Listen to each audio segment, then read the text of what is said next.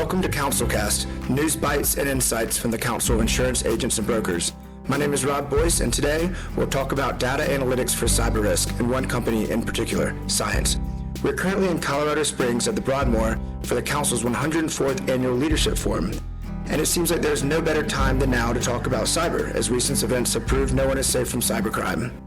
Organizations appear to be as vulnerable as ever for cyber attacks and data breaches, and as a result, take-up rate for cyber coverage has seen a steady increase for companies of all sizes. However, the insurance industry has their own struggles. From a lack of historical data to a constantly evolving risk landscape, accurately pricing risk remains a concern. With that, I want to introduce Arvind Parthasarathi, CEO of cyber risk analytics firm Cyence, which is considered the industry's leading economic cyber risk modeling platform, which quantifies cyber risk in terms of dollars and probabilities. Arvind, could we kick off with you providing a real-life example of the way in which Cyence has helped the client better understand its exposure and the potential impact in business terms? Thanks, Rob. It's great to be here. I wanted to a good example would be Allianz Global Corporate and Specialty. A few weeks ago, they put out a press release about how they're working with Cyence. And I think there were a couple of interesting use cases there that I wanted to highlight. The first one is being able to take a lot of the Cyence data to help underwrite large risks, being able to provide that information to help calibrate both the risk understanding as well as the conversation with the broker as well as the end customer, and to be able to price and accumulate the risk. A second use case there was around automated underwriting, especially for small businesses, where a lot of this information can sort of, without asking any questions for the insured, you can actually kind of go through the entire process and be able to generate policies and quotes without sort of the extensive process, and be able to do it in a much more real-time fashion. And the third is the use case that the press release talked about was business interruption. And in business interruption, the whole angle is that the risk is changing, right? In the old days, you were worried about, just a physical damage or the office being flooded. Now that may be less relevant because, people will work from home, and you're more worried about your servers going down and things like that. So I think those are sort of three interesting use cases about how, Cyence works with to be able to allow a lot of the data that we have to be able to influence the insurance process. Right. Well, the insurance industry is used to modeling risk based on natural sciences like disasters, but not used to modeling risk rooted in social sciences. Has this been more of a challenge or opportunity for the Cyence team as you have gone to market? Well, it's actually a challenge and an opportunity, right? And let me explain why. I mean, historically, when a hurricane is bearing on shore, the hurricane is not changing its wind speed based upon one of your insureds boarding their windows, right? Whereas in cyber and a lot of these kinds of 21st century risks, there is not just a focus on defense, but there's also a focus on the offense. And you have to sort of understand that motivation as well as that susceptibility. So on one hand, the dimension of the risk has changed because it's no longer a function of, okay, I boarded my windows, I'm done. Now, you put up a firewall, somebody on the other side of the world could say, okay, well, I see your firewall and I'm going to raise you something. So you now need to sort of manage that interplay. But the good news and the opportunity is that there's far more data at an unprecedented scale out there to be able to pull all that data together and to be able to actually generate the models and the outputs and to have that same level of robustness and fidelity that the insurers need in order to deploy capital. So I think it is a challenge because it has all these new dimensions, but on the other hand, it's an opportunity because there is a lot more data now that allows us to do that. When looking at this risk, how would you compare the breakdown between the human error or lack of cyber education within organizations with malicious activity, that cyber criminal trying to get through the firewall? When we think about cyber events, immediately we're worried about hackers and malicious actors and so forth. And the interesting thing is, depending upon the claim period and depending upon the insurer's history, but by and large, if you look at it at an aggregate, you'll find that maybe about, it's only about 20 to 25% of all the claims are actually not hackers. They're malicious insiders. People with legitimate access to the information they have. Another, 15, 20% tends to be accidents. Think about this as, someone sending a spreadsheet to the wrong email address, someone leaving a laptop on a train. And to a large extent, I think what we're trying to do with looking at cyber risk is take that holistic view across, of course there's malicious actors and hackers. Of course there's, these militia, there's sort of malicious insiders, there's privacy violations, there's accidents, and you kind of have to think about all of that together when you're modeling cyber risk. Great. Well, 2017 was a big year for Cyence, coming out of stealth mode just a year ago with $40 million in funding, and now Cyence has officially announced it will be acquired by property casualty software provider Guidewire. Talk about this past year and how it has gone for the company relative to your strategic markers and goals for the company. Can you characterize how much market penetration you have with insurers and reinsurers? So, yeah, certainly we're very excited about where we've come from and where we are today. I think, we're very grateful to and very fortunate to have as our customers some of the leading, brokers, insurers, rating agencies, and regulators in the insurance industry. I think one of the precepts that we started the company on is that we are going to dedicate ourselves towards focusing on the insurance industry and supporting the insurance industry. And when you think about that, it sort of spans the entire gamut from the brokers to the regulators, rating agencies, reinsurers, insurers. And I think that's important because when you're thinking about risk, you need a lingua franca across the industry. And that's important because, any particular customer might need, or any particular insured might need multiple insurers together to build that tower. And they need to understand how that risk is, and they need to agree on what that risk is. Or an insurer turns around and gets a reinsurance tower, and you need multiple reinsurers to agree on what that risk. So the industry, I think, it's almost aligns itself to having that kind of lingua franca. And that's sort of what we set out to do. And that's, I think, precept number one. The second precept that we followed at Cyence is that we are always going to work with the industry.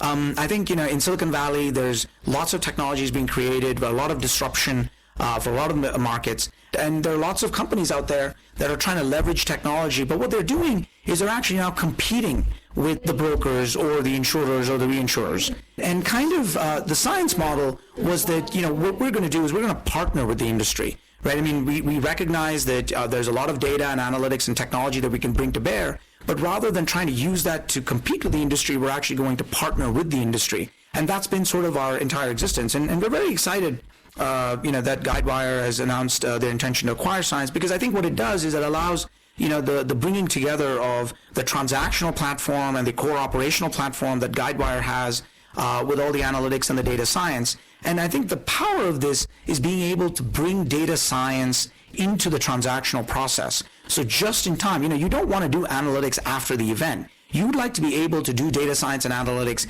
as you're making these decisions, as you're going through your workflows, as you're going through your business processes. And I think that is sort of the focus and the goals that this combination could get. And I think, we're very excited about the alignment, again, because Guidewire is focused on the insurance industry just like we are.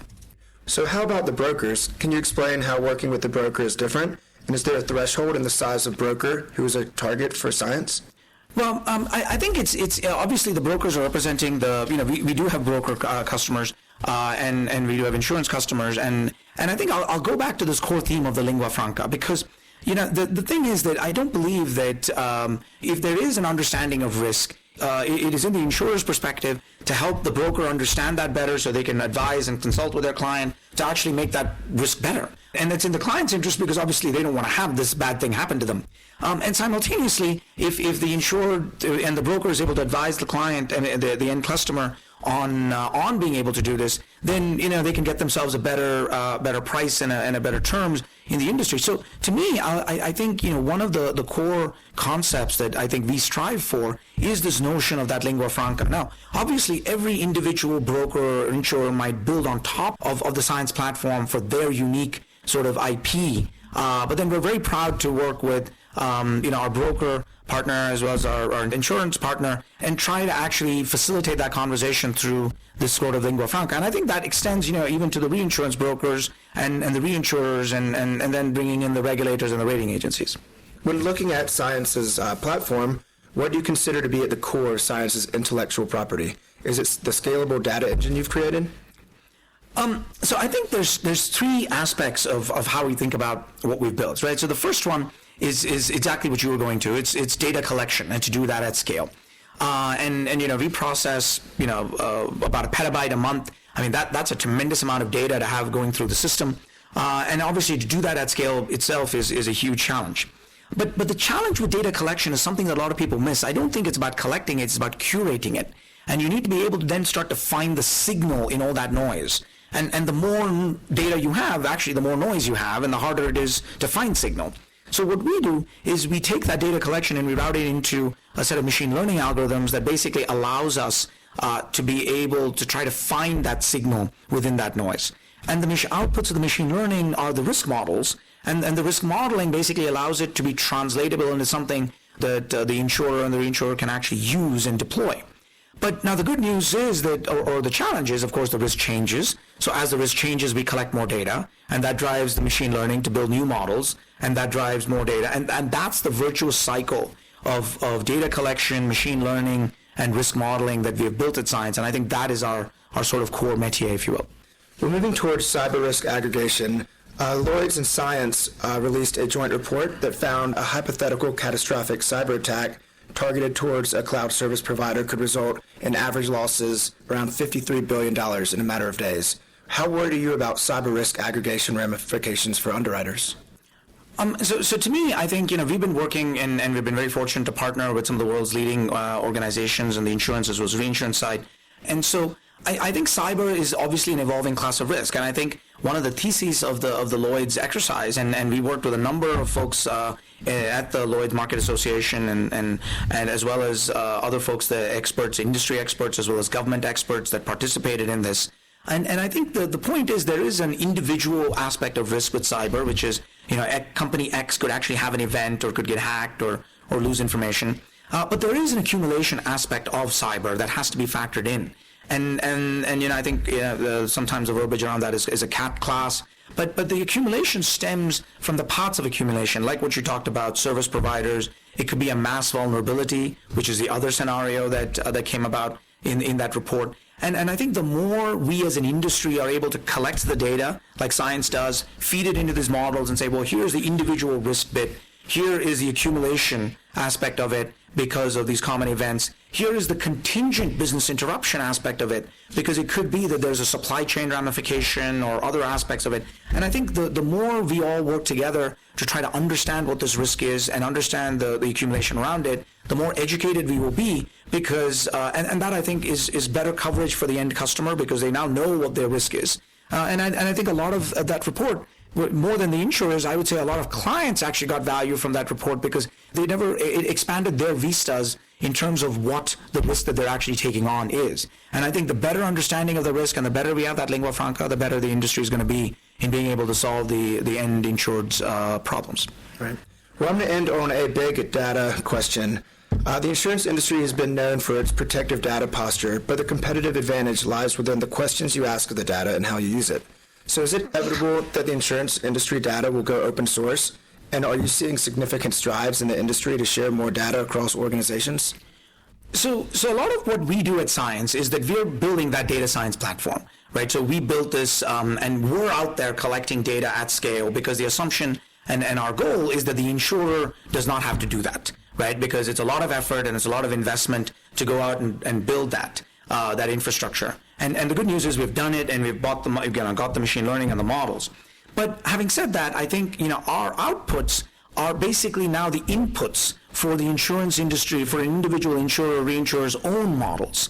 And I think that is the right way in which how we've been helping our customers think about this issue, which is, there is a lot of plumbing and there's a lot of being able to go get all that stuff and putting it into a model usable format. But at the end of the day, every insurer has different risk appetite. They have different segment focus. They have different types of customers. They have different products. They have different coverage. They have different terms. They have different limits. And I think what we want to then do is use our outputs as the inputs for the insurer building their own models. And that's how they're going, and we're working with them to help customize the Cyence experience for their needs. And their needs becomes all the stuff that I mentioned, their appetite, their policies, their coverage. And that's also a way for the insurer to build competitive advantage. So in some sense, as Cyence, as we strive to be that lingua franca across the industry, each insurer on top of Cyence is not only able to customize that experience for their unique needs, but then also take that and build their own IP and their own competitive advantage on top of Cyence. So it's sort of like a have your cake and eat it too kind of approach, where nobody has to go build everything from scratch, but simultaneously the insurer maintains competitive advantage, maintains their customization, maintains their sort of unique IP. Great. Well, thanks, Arvind. We really appreciate your time today. Sounds like you guys have some very interesting developments going on. Again, that was Arvind Parthasarathi, CEO of Cyence, and thanks for joining us on CounselCast. We'll see you next time.